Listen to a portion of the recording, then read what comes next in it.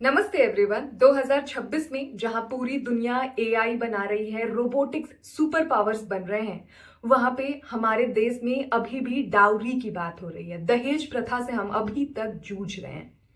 आपने भोपाल और ग्रेटर नोएडा के केस जरूर सुने होंगे पिछले एक हफ्ते में जो हुआ, और ये तो हमारे बहुत बड़े शहर हैं। इसके अलावा गांव में ना जाने ऐसे कितने केसेस हो रहे होंगे। भारत में हर साल 6,000 से ज्यादा महिलाएं दहेज की वजह से अपनी जान खो बैठती हैं। यानी कि 20 महिलाएं प्रतिदिन दहेज की वजह से अपनी जिंदगियों से हाथ धो बैठती हैं। इसमें हमारे अव्वल राज्य रहते हैं उत्तर प्रदेश और बिहार। इसके अलावा 100 साल पहले अगर हम बात करें तो 30% शादियों के अंदर में दहेज को लिया जाता था। अभी ये नंबर 95% है। हाँ, अभी 95% शादियों में दहेज इन्वॉल्व होता है। गिफ्ट्स के नाम पे, तिलक के नाम पे, दहेज के नाम पे किसी ना किसी तरीके से छुपा हुआ ये दहेज ही है। अब ऐसा क्यों होता है? क्यों हमारे देश में दहेज खत्म होने का नाम ही नहीं ले रहा है? इसके 3 बड़े कारण हैं। उसके पहले मैं आपको अपना बैकग्राउंड समझा देती हूँ। तो मैं मुगल सराय जैसे छोटे से शहर में पली बड़ी हूँ, एक lower middle class Bihari family में, और मेरी पूरी कम्युनिटी वैसी ही थी। तो मैंने दहेज को बहुत ही क्लोजली देखा है और मेरे अंदर में बहुत इंटरनलाइज्ड थी ये चीजें। यानी कि मुझे बिल्कुल ही नॉर्मल लगता था जब तक मैं कॉलेज नहीं गई, जब तक मैंने दूसरी कम्युनिटी के लोगों से बात नहीं की और मुझे पता चला कि ये चीजें तो गलत हैं जिनको मैं आज तक इतना सेलिब्रेट करते हुए आई थी। तो हमारे समाज में बहुत ही बड़ी बात मानी जाती थी कि हमारे लड़के की सरकारी नौकरी लग गई है तो लड़की के परिवार वालों ने ब्लैंक चेक दे दिया है, यानी कि आप अपने हिसाब से पैसे भर लें। इससे बड़ा ईगो बूस्टर, इससे बड़ी बड़ाई की बात और कोई होती ही नहीं थी। मैं आपको कुछ केसेस बताती हूँ। तो मेरे पड़ोस के अंदर में एक 32 साल का लड़का रहता है और वो कुछ करता नहीं है और करने की कोशिश भी नहीं करता है। ऐसा नहीं है कि काफी मेहनत के साथ किसी एग्जाम की तैयारी या फिर कोई बिजनेस बनाने की कोशिश कर रहा है, कुछ भी नहीं, डज नथिंग।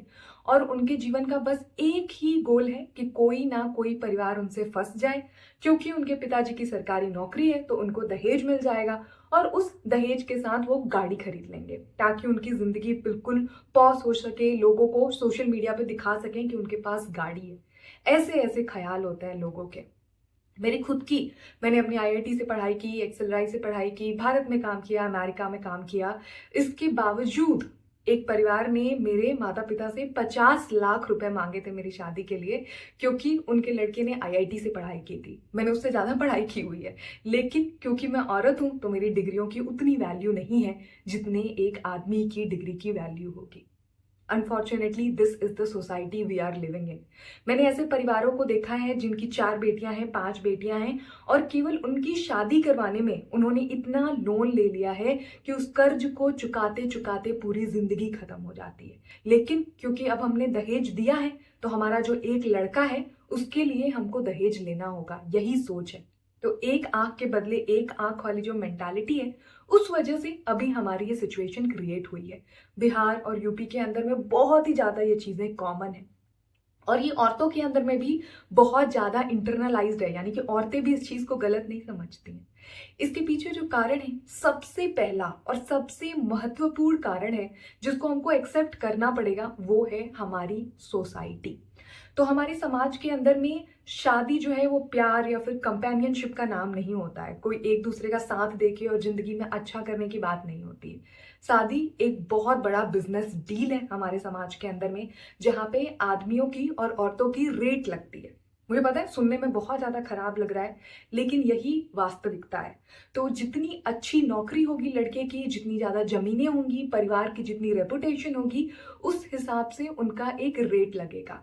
औरत जितनी सुंदर है उस हिसाब से वो पैसे कम होंगे। यानी कि अगर आपकी बेटी जितनी सांवली है आपको उतना ही ज्यादा दहेज देना पड़ेगा। आपका लड़का जितनी बड़ी नौकरी करता है, जितनी डिग्रियां हासिल की हैं, उतना बड़ा आप दहेज मांगेंगे। तो बस इसी बिजनेस डील के हिसाब से चीजें होती हैं। और जिस रिश्ते की फाउंडेशन ही लालच के अंदर में निर्धारित है, वो रिश्ता कभी भी अच्छे से नहीं चल सकता है। तो हमारे समाज के अंदर में ज्यादातर जो शादियां होती हैं उसमें कभी भी कोई खुशी नहीं रहती है। मारा पीटी, डोमेस्टिक वायलेंस, ये सारी चीजें हमारे समाज के अंदर में सबसे ज्यादा है। लेकिन फिर भी लोग इस चीज को बहुत ही ज्यादा सेलिब्रेट करते हैं। अगर एक परिवार के अंदर में दो बहुएं हैं और पहली वाली जो बहू है बहुत ही इन्फ्लुएंशियल फैमिली से आती है, बहुत ही हैवी उनको दहेज मिला है, दूसरी वाली बहू को उतना दहेज नहीं मिला है, तो औरतें भी दहेज के नाम पे एक दूसरे को बेटर दिखाती हैं खुद से कि मेरे पास ज्यादा दहेज मिला था तो मैं सामने वाले से ज्यादा बेटर हूं। Unfortunately this is the reality that we are living in. और अगर कोई परिवार दहेज नहीं दे रहा है तो उनको कहीं ना कहीं बहुत ही कम और खराब समझा जाता है, जिनको एक नीचे नजरिए से देखा जाए। सिमिलरली लड़कों के अंदर में भी अगर कोई लड़का मना कर दे दहेज लेने से तो ऐसे देखा जाता है जैसे उसके अंदर में कोई कमी है, इस वजह से दहेज नहीं ले रहे हैं।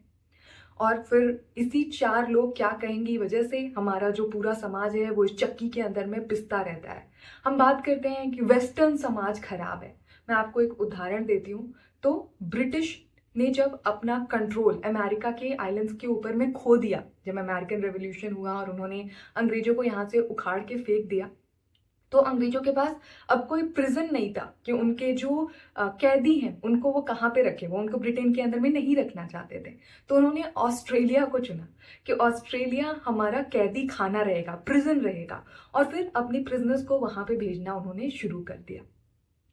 उन प्रिजनर्स ने इतना बड़ा देश, इतना डेवलप्ड देश खड़ा कर दिया, जो कि हमारा जो समाज है जो इतने टाइम से बहुत बड़ी बड़ी बातें करता है और पूरा स्ट्रक्चर बनाने की कोशिश करता है। हमारे समाज में लोग अपनी जमीनें, अपना घर, अपना पूरा कारोबार बेच के बस ऑस्ट्रेलिया जाना चाहते हैं ताकि वहां पे उबर चला सके, वहां पे खाना डिलीवर कर सके, नर्स बन सके, जितने छोटे मिनियल काम है सारे कर सके। तो हमारा समाज शायद बहुत ही अच्छी तरीके से फेल हो चुका है और हमको एक्सेप्ट कर लेना चाहिए ये चीज, ना कि बस उसको और हम प्रोपागेट करते रहें और उसी चक्की के अंदर में और खुद को पिसते रहें। दूसरा, औरतें बोझ हैं। हमारे समाज में औरतों से बड़ा बोझ और कोई भी नहीं है।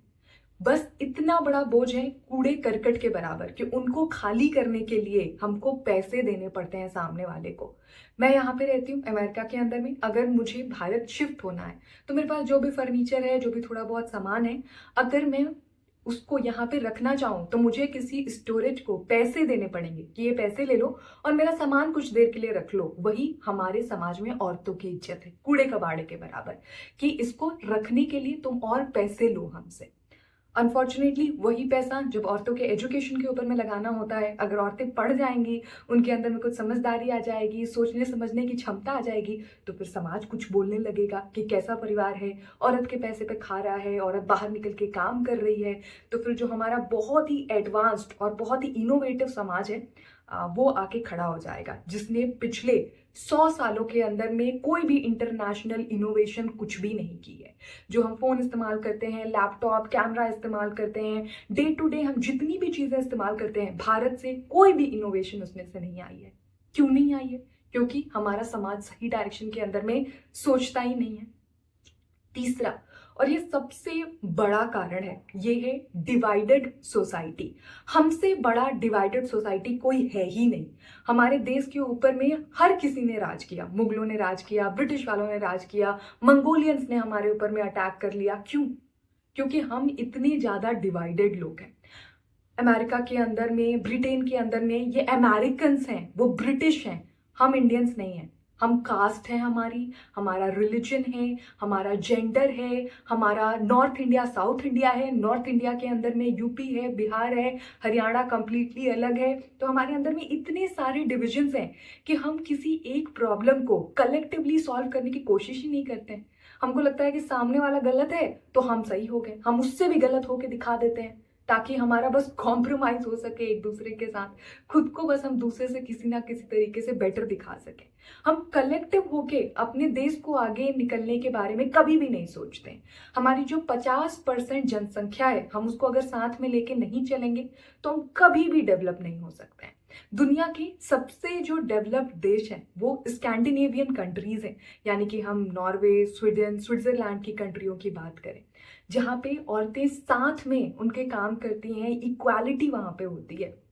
जबकि जो सबसे खराब देश है जहां से कोई भी इनोवेशन नहीं आई है, वहां पे औरतों को उतना ही ज्यादा सताया जाता है। जैसे कि हम अफगानिस्तान की बात कर लें, तो हमारी सोसाइटी हमको और डेवलप्ड और इनोवेटिव और प्रोग्रेसिव की तरफ लेके जानी है, ना कि हमारा स्टैंडर्ड अफगानिस्तान के जैसा होना चाहिए। जब एक इंसान के पास कुछ भी नहीं होता है दिखाने के लिए, कोई भी काबिलियत नहीं होती है, तो उसके पास ऐसी चीजें होती हैं जिसके लिए उन्होंने कोई कंट्रीब्यूशन ही नहीं दिया है। अगर आप खुद को केवल एक आदमी होने की वजह से प्राउड महसूस करते हैं, तो फिर आपसे नीच इंसान कोई भी नहीं है। क्योंकि एक आदमी होने के लिए आपने कोई मेहनत नहीं की है, आपका कोई कंट्रीब्यूशन नहीं है उसके अंदर में। आप बस पैदा हो गए, पैदा होने के बाद आपने क्या किया है उसके ऊपर में सारा आपका प्राउड होना चाहिए। लेकिन अनफॉर्चुनेटली शायद उसके बाद आपने कुछ किया ही नहीं है, तो फिर आपका प्राउड होने का जो चीज़ है वो केवल अपना जेंडर, कास्ट, रिलीजन और ये सारी चीज़ें हो जाते हैं। मैं किस कास्ट में पैदा हुई हूँ उसके लिए मेरा कोई कंट्रीब्यूशन नहीं है, लेकिन ये चीज़ शायद हमारी समझ के बहुत ही बाहर निकल चुकी है। अनफॉर्चुनेटली अभी जो करंट टाइम है, अगर हम समय के साथ नहीं चलेंगे तो हम फिर बहुत ही पीछे रह जाएंगे, और फिर कोई ना कोई आके हम फिर से हमारे ऊपर में आक्रमण करके हमारे ऊपर में जीत जाएंगे, डिवाइड एंड कॉन्क्वेयर करेंगे, और हम उसी तरफ में आगे बढ़ रहे हैं। जब तक हम इक्वल राइट्स नहीं देंगे, औरतों को इक्वालिटी के हिसाब से नहीं चलेंगे, तब तक ऐसी सिचुएशंस रिपीट होती चली जाएंगी। ये एजुकेशन से आएगा काफी हद तक। अगर आप अपनी बेटियों को पढ़ाएंगे, अपनी बहनों को सोचने समझने की को थोड़ी सी छूट देंगे, तो उनके पास और काबिलियत आएगी, अपने लिए सही डिसीजन लेने की क्षमता आएगी। मैंने जितने लोगों के साथ पढ़ाई की, जितने लोगों के साथ काम किया, मैंने बहुत लोगों को शादियां करते हुए देखा। अपनी इक्वालिटी के अंदर में दोनों मिलकर काम कर रहे हैं, दोनों के परिवार भी सपोर्टिव है, सारे लोग खुशी से रह रहे हैं। डेली आप किसी के साथ मारा पीटी कर रहे हैं, एक अनहैप्पी मैरिज और अनहैप्पी फैमिली के अंदर में है, तो कोई भी प्रोग्रेस नहीं कर सकता है, कोई भी डेवलप नहीं कर सकता है। ऐसी सिचुएशन में एक निगेटिव एनवायरनमेंट आपको कभी भी अच्छे से अपनी फुल पोटेंशियल के ऊपर में काम नहीं करने देगा। आशा करती हूँ कि आप इस बात को जरूर समझेंगे। That's pretty much about it. Hope it was helpful. All the best.